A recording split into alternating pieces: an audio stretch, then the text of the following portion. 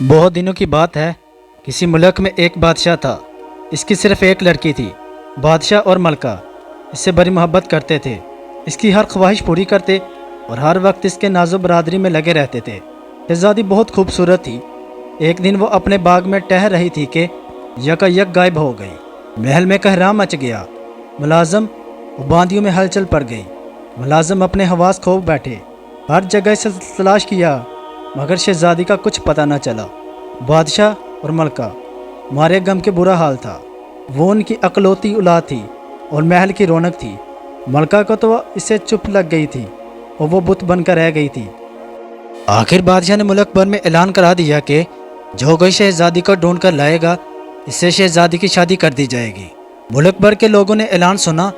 بہت سے فوجی افسر، شہزادے، سوداگروں کے بیٹے، امیروں کے لڑکے اپنی قسمت آزمانے کے لیے نکل کھڑے ہوئے۔ ہر شخص کی خواہش تھی کہ وہ شہزادی کو ڈھونڈ نکلے تاکہ اس سے شہزادی کر سکے۔ شہزادی اتنی ہی خوبصورت تھی کہ ہر شخص اس سے شادی کرنا چاہتا تھا۔ یہ سب دور دراز کے ملکوں تک گئے، جنگلوں پھرے مگر شہزادی کا کہیں پتہ نہ چلا۔ آخر تک ہار کر بیٹھ گئے۔ بادشاہ کے محل کے قریب ایک غریب لکڑ ہارا تھا۔ اس کا صرف ایک لڑکا تھا، اس کا نام حارث تھا۔ اس نے بھی شہزادی کو تلاش کرنے کا ارادہ کیا مگر اپنے باپ کو اصل وجہ بتانے کی بجائے یہ بولا، ابا اب میں کافی بڑا ہو گیا ہوں، اب مجھے کھانا اور کمانا چاہیے، اس لیے میں چاہتا ہوں کہ میں کام کی تلاش میں نکلوں۔ باپ نے بیٹے کی طرف محبت سے دیکھا اور کہا، تمہیں روپے کی ضرورت ہوگی مگر تمہارا باپ بڑا غریب ہے۔ روپے کے علاوہ تمہیں جس چیز کی ضرورت ہے میں دینے کو تیار ہوں، نہیں مجھے صرف آپ کی دعاؤں کی ضرورت ہے۔ حارث نے کہا۔ اس نے اپنی ماں سے کہا کہ روٹی پکا دیں تاکہ راستے میں اسے تکلیف نہ ہو۔ پراٹھے ایک رومال میں باندھ کر حارث اس گھر کی تلاش میں روانہ ہو گیا۔ وہ چلتا گیا میدانوں، جنگلوں، صحراؤں سے گزرتا ہوا وہ صرف ایک چھوٹی سی پہاڑی پر پہنچا۔ اب وہ بہت تھک گیا تھا۔ اس نے سوچا کچھ کھا لوں۔ اس نے اپنا رومال کھولا اور کھانے لگا۔ ابھی اس نے کھانا شروع بھی نہ کیا تھا کہ ایک پستہ قد بوڑھا آ موجود ہوا۔ اس نے سرخ رنگ کی لمبی قبا پہن رکھی تھی، سر پر براسا پہنا ہوا تھا۔ وہ بڑا دبلا پتلا تھا، وہ دھویں سفید ہو چکی تھی اور وہ تھکا لگ رہا تھا۔ بیٹا میں بہت بھوکا ہوں، مجھے بھی کچھ کھلا دو، اس نے کہا۔ بڑے میاں چپٹ کر بیٹھ گیا اور کھانا شروع کر دیا۔ بڑے میاں نے حارث کا شکریہ ادا کیا اور چلتے چلتے کہا، بیٹے یوں تو میں بہت بوڑھا ہو گیا ہوں، تم نے اس وقت میرا دل خوش کر دیا۔ یاد رکھو اگر کسی وقت تمہیں ضرورت ہو تو مجھے ضرور یاد کرنا، میں فوراً چلا آؤں گا۔ میرا نام سرخ پوش ہے۔ یہ کہہ کر بڑے میاں غائب ہو گئے۔ حارث پھر چل پڑا۔ شام ہوتے ہوتے وہ ایک کنویں پر پہنچا۔ بھوک پھر لگنے لگی، یہاں پانی بھی میسر تھا۔ حارث نے سوچا کھانا شروع کر دوں، کھانا کھانے کے لیے اچھی جگہ ہے۔ اس نے اپنا رومال کھولا، کھانا کھانے کا ارادہ ہی کر رہا تھا کہ ایک اور بوڑھا آدمی موجود ہوا۔ یہ بھی ننا منا دبلا پتلا تھا، ویسے ہی سفید بھومی۔ اس نے بڑے رنگ کی قبا پہن رکھی تھی اور سر پر عجیب وسا کی پگڑی تھی۔ بیٹا میں بھوک سے مارا جا رہا ہوں، کیا تم مجھے اپنے ساتھ شریک نہ کرو گے؟ بڑے میاں نے کہا، ضرور۔ اور بڑے میاں کو ساتھ بٹھا لیا۔ کھانا کھانے کے بعد دونوں نے کنویں کا میٹھا اور ٹھنڈا پانی پیا۔ اب بڑے میاں نے حارث کا شکریہ ادا کیا اور رخصت چاہی۔ جاتے وقت انہوں نے کہا، میں تمہارا یہ احسان کبھی نہ بھولوں گا۔ اگر تم پر کبھی برا وقت آ پڑے تو مجھے ضرور یاد کرنا۔ میرا نام سبز پوش ہے، بس میرا نام لے کر آواز دے دینا۔ یہ کہہ کر بڑے میاں اٹھ کھڑے ہوئے اور فوراً ہی نظروں سے اوجھل ہو گئے۔ حارث پھر چل پڑا۔ چل سو چل۔ وہ ایک درخت تک جا پہنچا۔ یہ بڑا گھنا اور سایہ دار درخت تھا۔ اس پاس دور دور تک سبزہ لہلہا رہا تھا۔ اس کی طبیعت خوش ہو گئی۔ وہ تھوڑا آرام کرنے کے لیے درخت کے سائے میں بیٹھا۔ ابھی وہ بیٹھا ہی تھا کہ فاختاؤں کا ایک جول اڑتا ہوا وہاں پہنچا اور حارث کے سر پر منڈلانے لگا۔ اوہو یہ بھوکی ہیں۔ حارث نے دل میں سوچا، مجھ سے زیادہ روٹی کی ضرورت انہیں ہوگی۔ اس نے فوراً اپنا رومال کھولا، روٹی نکال لی اور ان کے ٹکڑے کرنے لگا۔ ننے ریزے کر کے اس نے ان کے سامنے ڈال دیے۔ فاختائیں زمین پر اتر آئیں اور حارث کے پاس آ کر بولی، تمہاری مہربانی کے لیے شکریہ، ہم سب بہت بھوکے تھے، ہمیں کھانا کھلایا۔ اگر کبھی تمہیں ہماری مدد کی ضرورت ہو تو ہمیں ضرور یاد کرنا، ہم جہاں کہیں بھی ہوں گی تمہاری آواز سن لیں گی۔ یہ کہہ کر فاختائیں رخصت ہو گئی اور دوسری فاختاؤں کے ساتھ اڑ گئی۔ اب شام ہونے کو تھی، حارث کو رات گزارنے کے لیے ایک ٹھکانے کی ضرورت تھی۔ وہ جلد از جلد کوئی ایسی جگہ ڈھونڈ لینا چاہتا تھا جہاں رات بسر کر سکے۔ کچھ دور چلنے کے بعد ایک پہاڑی کے دامن میں ایک غار نظر آیا۔ حارث نے اس میں نظر ڈالی، بہت وسیع غار تھا، اس میں درجنوں بھینسیں بندھی ہوئی تھیں۔ اس کے باوجود ایک اونچا سا قدرتی چبوترا تھا جس پر 3-4 آدمی آسانی سے سو سکتے تھے۔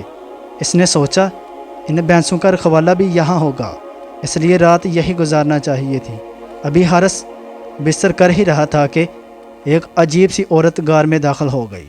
تم کون ہو؟ یہاں کیا کر رہے ہو؟ جادوگر بڑھیا نے کہا، میں مسافر ہوں، بہت دور سے چل کر آیا ہوں، تھک کر چور ہو گیا ہوں اور رات یہاں گزارنا چاہتا ہوں۔ اگر کچھ حرج نہ ہو تو مجھے رات بھر یہاں رہ لینے دو۔ حارث نے ہمت کر کے کہا، جادوگر گڑیا کچھ سوچ کر کہا، تم صرف ایک شرط پر یہاں رات گزار سکتے ہو، اور وہ یہ کہ تم وعدہ کرو کہ صبح تم وہیں کچھ کرو گے جو میں کہوں گی۔ ہاں یہ ٹھیک ہے، میں وعدہ کرتا ہوں۔ حارث نے بغیر سوچے سمجھے کہا۔ وہ تھکن سے چور تھا اور آرام کے علاوہ اسے کسی چیز کی دلچسپی نہیں تھی۔ بہرحال معاملہ طے ہو گیا اور جادوگر بڑھیا چلی گئی۔ دوسرے دن ابھی حارث زیادہ اٹھا ہی تھا کہ بڑھیا آدم کی بڑے تہمت سے بولی، یہاں سے جانے سے پہلے تمہیں ایک کام کرنا ہے، اس غار کو اچھی طرح صاف کر ڈالو، پھر بھینسوں کے آگے نیا چارہ ڈالو اور یہ سب کام میری باپی تک کر ڈالو۔ اگر اس وقت تک کام ممکن نہ ہوا تو خیال رکھو میں تمہارا گلا کھود ڈالوں گی۔ یہ کہہ کر جادوگر بڑھیا روانہ ہو گئی۔ اب حارث بڑا پریشان اور گھبرایا ہوا تھا، وہ چارہ زمین پر پڑا تھا، اس کی صفائی تو وہ 3 دن میں بھی نہیں کر سکتا تھا۔ اس نے خدا کا نام لے کر بیلچہ اٹھایا اور چارے میں گاڑ دیا۔ وہ زور لگاتا ہی رہا مگر بیلچہ ٹس سے مس نہ ہوا۔ وہ گھبرا رہا تھا۔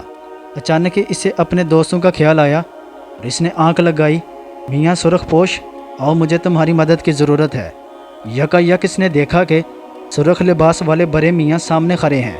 انہوں نے حارث کو ایک طرف ہٹایا اور کہا، چلو بیلچے اپنا کام کرو۔ بڑے میاں کے منہ سے یہ الفاظ نکلے ہی تھے کہ بیلچے نے اپنا کام شروع کر دیا تھا۔ پرانا چارہ ایک طرف کر کے نیا چارہ بھینسوں کے آگے ڈال دیا گیا۔ چند منٹوں میں سارا کام بڑھیا کی مرضی کے مطابق ہو گیا۔ حارث نے سرخ پوش کا شکریہ ادا کیا اور بڑے میاں خوش روانہ ہو گئے۔ سرخ پوش کے جانے کی تھوڑی دیر بعد ہی بڑھیا بھی آ گئی۔ اس نے دیکھا کہ سب کام بڑے سلیقے سے کیا گیا ہے۔ اس کی حیرت کی انتہا نہ رہی۔ اس نے کہا، میاں لڑکے یہ کام تو خود سے ہرگز نہیں کر سکتے تھے، اس میں ضرور کوئی تمہارا شریک ہے، مگر خیر کوئی بات نہیں، کل پھر دیکھا جائے گا۔ یہ کہہ کر بڑھیا روانہ ہو گئی، باہر نکل گئی۔ دوسرے دن صبح بڑھیا پھر آئی۔ یہ میرا گتا ہے، اس میں پر بھرے ہوئے ہیں، ان پروں کو باہر میدان میں لے جا کر دھوپ دو، لیکن خیال رکھو اگر اس میں سے ایک بھی پر کم ہوا تو تمہاری خیر نہیں ہوگی، تم اپنی جان سے ہاتھ دھو بیٹھو گے۔ یہ کہہ کر جادوگر بڑھیا پھر غائب ہو گئی۔ یہ بڑا مشکل کام تھا۔ حارث ہمت کر کے اٹھا، گدھا باہر میدان میں لے جا کر رکھا، گدھے کا منہ کھولا اور پروں کو دھوپ میں رکھ دیا۔ ابھی اس نے پروں کو ڈیر کو کھول ہی دیا تھا کہ ہوا کا چونکا آیا اور پروں کو اڑا لے گیا، ایک بھی پر باقی نہ بچا۔ اب تو حارث بہت گھبرایا ہوا تھا۔ یا الہی اب میں کیا کروں؟ اس برے وقت میں پھر اسے اپنے دوست یاد آئے، میاں سرخ پوش اور سبز پوش۔ پیاری فاختاؤ آؤ، جلدی آؤ، مجھے تمہاری مدد کی ضرورت ہے۔ جیسے ہی حارث نے آواز لگائی، سبز پوش، سرخ پوش اور فاختائیں آ موجود ہوئیں۔ فاختاؤں میں بکھرے ہوئے پروں کو چننا شروع کیا۔ وہ ایک ایک پر اٹھا لائیں۔ سرپوش اور سرخ پوش نے انہیں گدے میں بھر دیا۔ پھر سبز پوش نے اس میں سے ایک پر نکال کر حارث کو دے دیا، اسے اپنے پاس رکھو۔ جب جادوگر بڑھیا کہے کہ اس میں سے ایک پر کم ہے تو یہ اس کے منہ پر مار دینا، اور وہ پھر سب یہ کہہ کر غائب ہو گئے۔ شام کے قریب